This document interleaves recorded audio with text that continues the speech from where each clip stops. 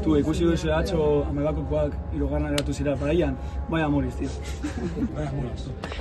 Ikusi duzue Ostebi berriro jarri duela kemandoren kokoa enparantzan? Boa, eta lapurtzen baldin badugu kortuan erabiltzeko? Na, keba, hori aurrek urten egin genuen. Eta gainera aurten txikiren ardura da. Tu, eske puto txiki, zerbait egin behar diogu.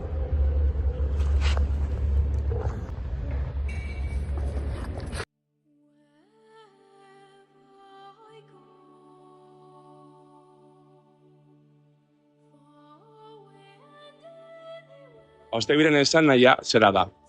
Badago Gernika inguruan mendi bat, Ereñozar deitzen dena, eta aspaldi mendi inguruko herritar guztiak udaberria hasten zenean igotzen ziren tontorrera, eta etortzen ziren lehenengo euriekin bustitzen ziren. Euri horiek zirelako babesgarriak gaitz guztientzako, espiritutzarrentzako eta abar. Eta euri horiek Ostebi deitzen ziren.